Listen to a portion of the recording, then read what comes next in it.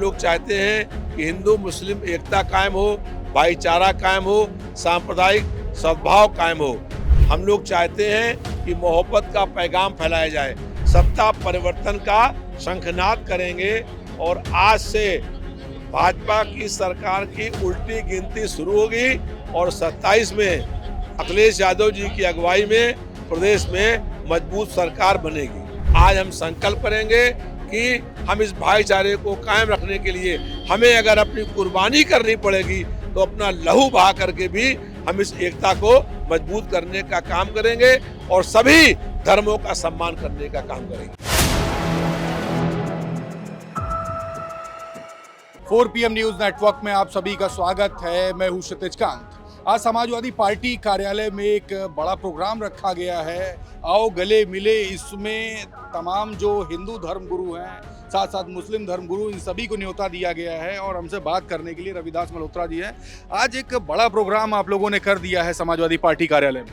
आज समाजवादी पार्टी के प्रदेश मुख्यालय में होली और ईद मिलन समारोह हो रहा है।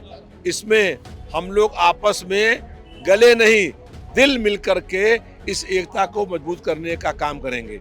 आज यहाँ सभी धर्म गुरु आ रहे हैं, हिंदुओं के भी, मुसलमानों के भी, सिखों के भी और जो है क्रिश्चियंस के भी।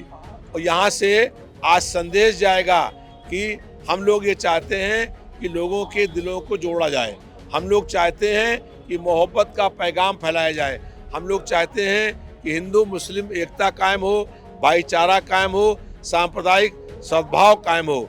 जो लोग लोगों के दिलों को तोड़ने का काम कर रहे हैं, नफरत फैला रहे हैं, उनके खिलाफ आज यहाँ पर शंखनाद हो रहा है। बड़ा मैसेज भी दे रहे हैं आप लोग।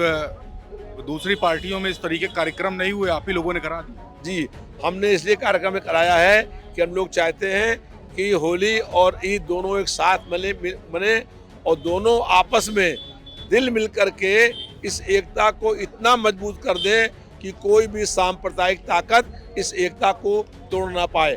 आज हम संकल्प करेंगे कि हम इस भाईचारे को कायम रखने के लिए हमें अगर अपनी कुर्बानी करनी पड़ेगी तो अपना लहू बहा करके भी हम इस एकता को मजबूत करने का काम करेंगे और सभी धर्मों का सम्मान करने का काम करेंगे। दूसरी तरफ आप धर्मों के सम्मान की बात कर रहे हैं। करणी सेना ने आकर के राजधानी लखनऊ मुख्यमंत्री आवास से 1 किलोमीटर के भीतर की ही परिधि में एक शंखनाद किया और उस शंखनाद में समाजवादी पार्टी के जो राज्यसभा सांसद हैं लालजी राम सुमन जी को, उन्होंने एक चेतावनी तक दे डाली है।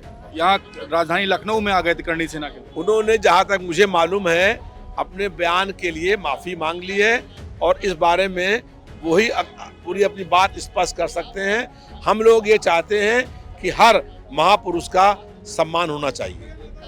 आगे की क्या प्लानिंग रहेगी? ये मान रहे हैं कि आज जो ये मिलन जो आप लोगों ने किया है, कहीं ना कहीं एक संदेश देने का काम करेंगे और इससे स्ट्रैटेजी 2027 के चुनाव की भी कहीं ना कहीं जुड़ी हुई है। आज हम लोग जो हैं 2027 के चुनाव में सत्ता परिवर्तन का शंखनाद करेंगे और आज से भाजपा की सरकार की उल्टी गिनती शुरू होगी और 27 में अखिलेश यादव जी की अगुवाई में प्रदेश में मजबूत सरकार बनेगी।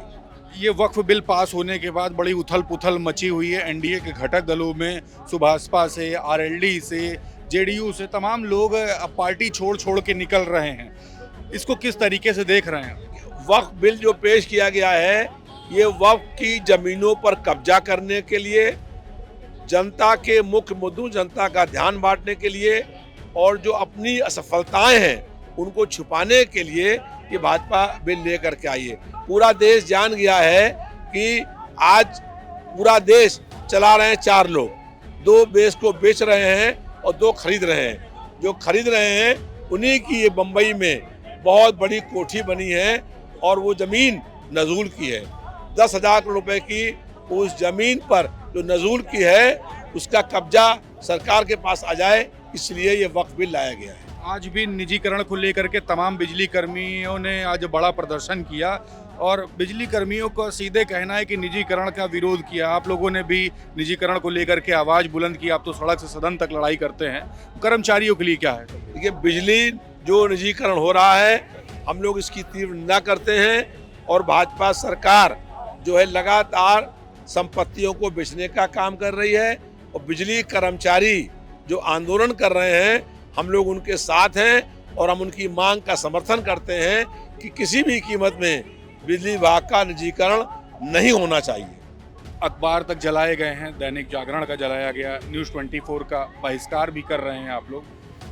लोकतंत्र में कहीं ना कहीं अखबार जलाना, इसको एक अलग नज़रिए से भी देखा जाता है, पूरे विश्व में इसकी चर्चा हो रही है। आप किस तरीके से देखते हैं? देखिए, कोई भी अखबार उसको चाहिए कि वो निष्पक्ष खबर दे और जनता की बात सरकार तक पहुंचाए। वो सरकार की दलाली या सरकार का पक्ष मत रखे। लेकिन एक अखबार ऐसा है, एक चैनल ऐसा है जो लगातार झूठ बोलने का काम करता है, झूठ प्रचारित करने का काम करता है, इसलिए उसके खिलाफ लोगों में आक्रोश व्याप्त है। और ये अपील की गई है कि उस चैनल का जो चैनल है और जो अखबार है वो अपने में सुधार लाए और निष्पक्ष रूप से खबर देने का काम करे। आखिरी सवाल ये है कि एक बार फिर से सिलेंडर की महंगाई हो गई, रेट बढ़े हैं और तमाम अलग अलग जो खाद्य सामग्री हैं उनके भी रेट बढ़े हैं। आपने सड़क से सदन तक के आवाज़ उठाई है, इस बार इसकी क्या तैयारी है? भारतीय जनता पार्टी की सरकार कह के आई थी कि हम महंगाई को कम करेंगे।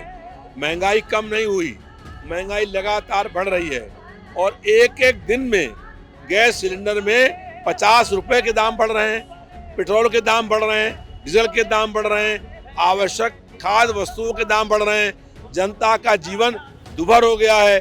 लगातार बढ़ती महंगाई से जनता में बहुत आक्रोश व्याप्त है और जनता ने अब संकल्प कर लिया है कि 2027 में इस जालिम, भ्रष्ट और तानाशाही सरकार को हटा करके अखिलेश यादव जी की अगुवाई में सपा की सरकार बनाएंगे। बहुत बहुत धन्यवाद। तो रविदास मल्होत्रा जी थे हमारे साथ, तमाम मुद्दों पर बात हो रही थी और आज एक बड़ा प्रोग्राम आओ गले मिले ये किया है और इस पर हमारी बात हो रही थी। पूरी रिपोर्ट कैसी लगी आपको कमेंट बॉक्स में लिखते रहिए और जुड़े रहिए 4PM न्यूज़ नेटवर्क के साथ। मैं हूं क्षितिज कांत, कैमरा पर्सन शुभम के साथ। धन्यवाद।